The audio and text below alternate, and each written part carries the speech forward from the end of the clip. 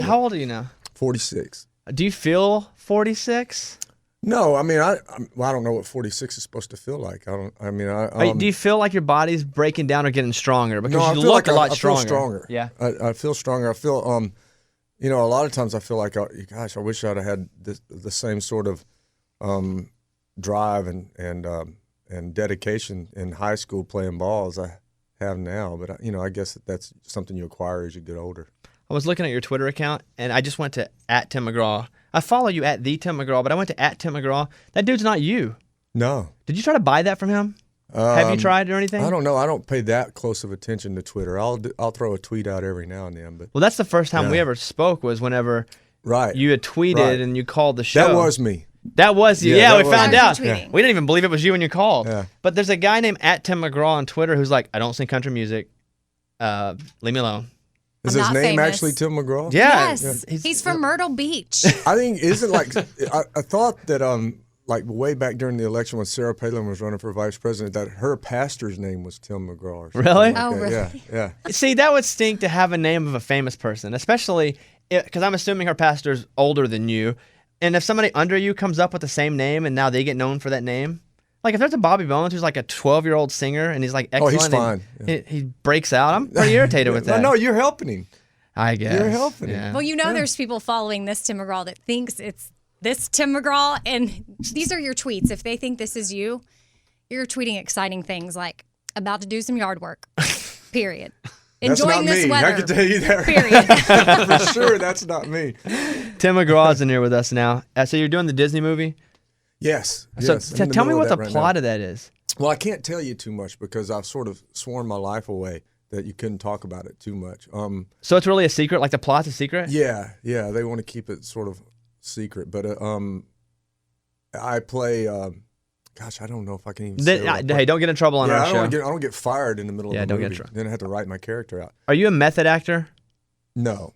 Because Daniel Day-Lewis would walk around as Lincoln, and they had to refer to him as Mr. President. I mean, I think that I would probably like to do that, like if I didn't have anything else to do, and it was something that was really a part that you completely got immersed into, maybe a historical figure or something like that.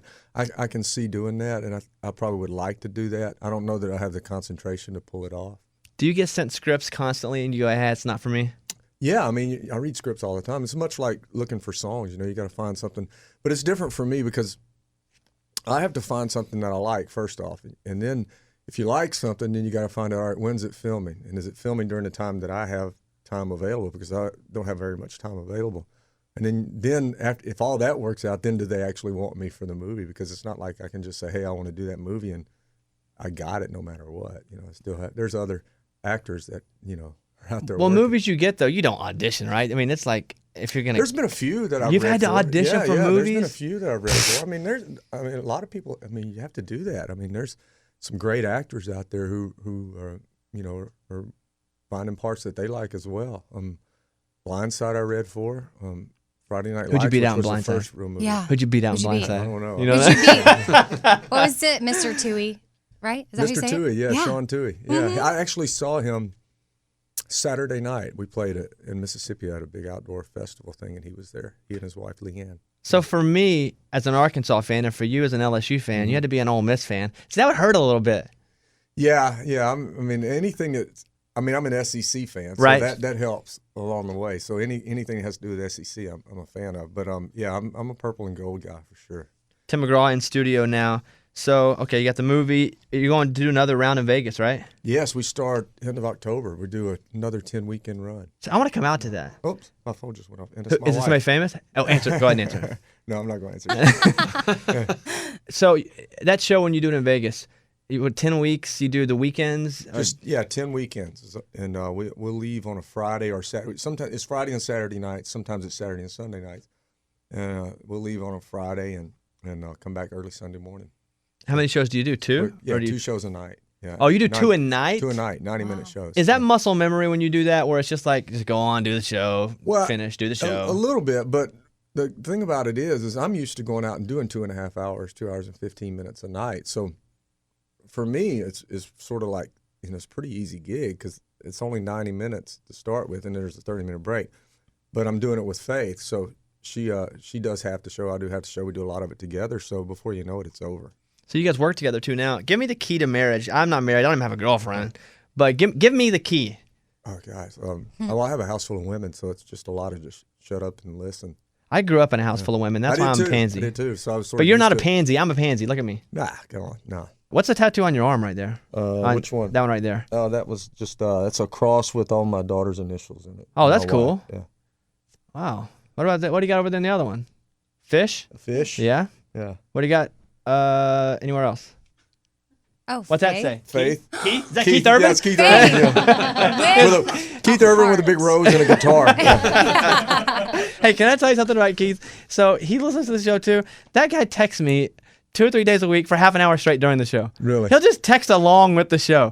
You know what? He's one of my favorite people. He's a really good guy. And as far as somebody who represents country music and the face of somebody and the music of somebody that you would want out there represent what you do, he's certainly somebody that I would want to hold up and put a light on for us. You drive a truck or a car? I'm in a 10-year-old Cadillac Escalade. So truck. Yeah, the Griswold family cruiser. Yeah. I guess when you have kids, you kind of have to change up the game a little bit as far as what you drive, right? Yeah, because I'm always picking kids up and carrying cheerleaders to practice and all kinds of things. Yeah. When you're in Vegas, do you ever take a backpack full of money out and gamble? I gamble. You take a backpack full of cash, though? Take a Tell me you take a backpack full of cash. That would be awesome. I don't take a backpack full of cash, but I gamble a little bit. I like to play blackjack and a little bit of craps. I'm not very good at craps, though. It's almost one of those things that you have to relearn every time you play it. I don't know if you guys have ever played it. I play all the time, yeah. You don't throw the dice off the table, do you? Because I would leave your table. No, I don't throw the dice. I'd be like, you suck, Tim McGraw! Yeah, I know. Get out of here! I know, I don't do that. Do you get tired of playing Indian Outlaw or Don't Take the Girl since you've been playing it for so long? Well, I don't do both of them all the time.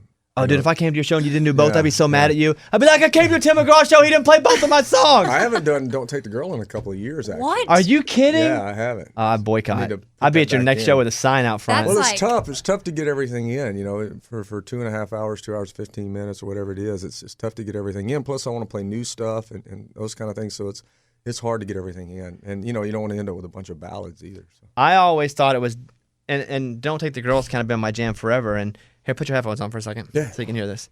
So this is just a hook of your song. Take Jimmy Johnson, take Tommy Thompson, You know how people always sing lyrics wrong to certain songs? I always thought take my best friend Bo. I always thought Mo was your best friend, Mo not Bo. was my best Yeah, it's friend. Bo. It's Bo. Larry and Curly as well. Yeah, and Yes. that's what they were making fun of me for before you came in because I really thought it was Mo.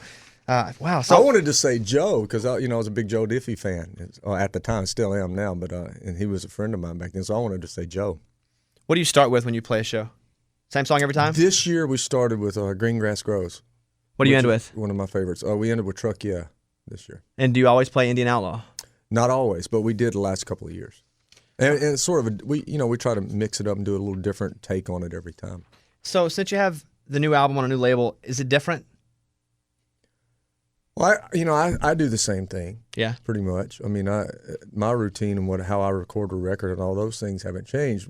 But what's good about it is the excitement and the freshness and the energy behind it and the great people that you have to work with. People, it's the people over at Big Machine are the best there is in the business. And I've known Scott Borchetta my entire career. His dad signed me to my original record deal. So. We do Scott impressions on this show. Uh-oh. Yeah. Excellent. He's the evil empire. He's the evil dictator. evil genius, Yes, excellent. evil. Yes. Send Tim. Well, it depends Send on Tim if over to if Bobby's you're a studio. competition, if you're on any other Yes. label, he might be evil. But on just my think label, he- for me, he's fantastic. Yeah, he sent you over to disrupt things Tim, over here. go disrupt Bobby's studio. Do it now. Does he do that? He hasn't done that yet, but I might would do it if he said to. Tim McGraw in the studio now. Have you ever, in let's say the last 10 years, just hopped in like a karaoke bar and sang karaoke song? No, I haven't. Dude, we got to do that I one haven't. night. We got to do it Do someday. you know how yeah. funny that would be? My sisters who live here in Nashville, they do it all the time, and my mom, they go to a karaoke bar. All Yeah, the but they're time not to sing. you. Yeah. I mean, They're how pretty funny? good, How though. funny would it be if you went up and put on like an Afro wig and did a Tim McGraw song and nobody knew it was you? They probably would say, "What the hell has he got a record deal for?" If I did something like that. That's gold right there. Okay, so I got to ask you this too. Do we get you in trouble? When? Okay, this is what I heard, and I only hear things through my underground sources because that's underground. I'm from the streets. So Underground, people in the that's how we streets tell roll. me stuff. So we talked to you in Vegas, and Amy had brought up the fact that she was completely kidding that Taylor was eyeballing you during the video or during the CMA performance. And I get a message back from the label, Tim's upset. No. Who sent that message? No, it wasn't me. So you weren't upset because we went back. We played it back on the air, and I was like, we don't want to make him mad. No, why would I be upset? I don't know. No, we try to keep it real It here. must have been the underground label. The underground of the underground. Of the underground. No, I wasn't upset at all. I mean, that stuff doesn't bother me. Because we were totally kidding, by the way. Well, and you listen to the show, and you know we just screw around all the time anyway. Yeah. I mean, even if you weren't kidding, it wouldn't bother me. I mean, Yeah, and if anybody I'm not worried was about that really stuff. mad. Have you seen the Inquirer lately? I No. don't pay any attention to that stuff. Well, but I mean, we were face to face, and if anyone was really mad, it's his fault, Bobby. That guy. Right. Wait, so you mentioned the Inquirer. I never see the Inquirer. I buy my food at the gas station most of the time on the way home. I So only hear about it because my mom calls and just is yelling and screaming and Like if you're on the cover, Yeah, she's Tim mad McGraw about it and everything. Faith Hill something. Yeah. Oh no. yeah, but that's the only time I see it. does Faith ever listen to our show? Yeah, Does she like us? yeah, absolutely. Yeah, she does. She's never called us. She actually likes you better than I do. Oh, well, That's nice. Tim actually brought me a hat because I told Tim, listen, I grew up in Arkansas, born and raised in Arkansas. I've never had a cowboy hat, and Tim brought me a hat right here. So have you ever actually had this one on your head? Actually, I have. This was the one I wore during the Vegas shows all last year. Really? Yeah. It's actually still got makeup inside it. You know. Oh, I don't Nice. want that. I'm just kidding. I'm just kidding. Don't wipe that Let me out. put this on. Tell me how I look, okay? Only from Okay. interviews. Hold Yeah. on. Which way does it go on? That's That backwards. way. That's backwards. Wait, that is? Yes. No. Oh, There you go. yeah, look at this Okay, now. I see now. What's up, ladies? Yeah. Take on, Jimmy man. Johnson. Take my best friend Mo. Bo. I know. Amy, it's a Yeah, joke. I know. Well, hey, dude, thank I you was for the hat. I joking, really too. do appreciate You got that. it, man. No, How keep many? it on. How many of those? I can't put headphones on this. I don't have a lot. I mean, I try to stick with one for a long time. You know, it takes, you shape it and then you have to wear it a little while and it takes a couple of months for it to actually look right. And then you only have a couple of months where it actually looks right. And then you live with it for looking bad for a little while before you finally get the nerve up to switch again. Oh Yeah. no. Do you have a hat person No. that carries your hat around for? Because I would. well, If yeah, I were you, have I a would just have a box hat person. I have a box that it carries around in. Yeah. But do you carry the box or does your hat person carry the box? It depends. Dude, hire a hat person full and an time. umbrella person. That's how you know you made it. Because I see like P. Diddy with an umbrella person. That's why Jack goes around. Where's Jack? That's why he goes around with me. He carries your hat box? Yeah. I mean, if anybody needs a hat, I mean, Tim McGraw here. We're gonna play Southern Girl now, dude. It's a real pleasure talking to you. My pleasure, man. Really Good to appreciate see you you. coming in. Yeah, got it. Tim McGraw here on the Bobby Bone Show.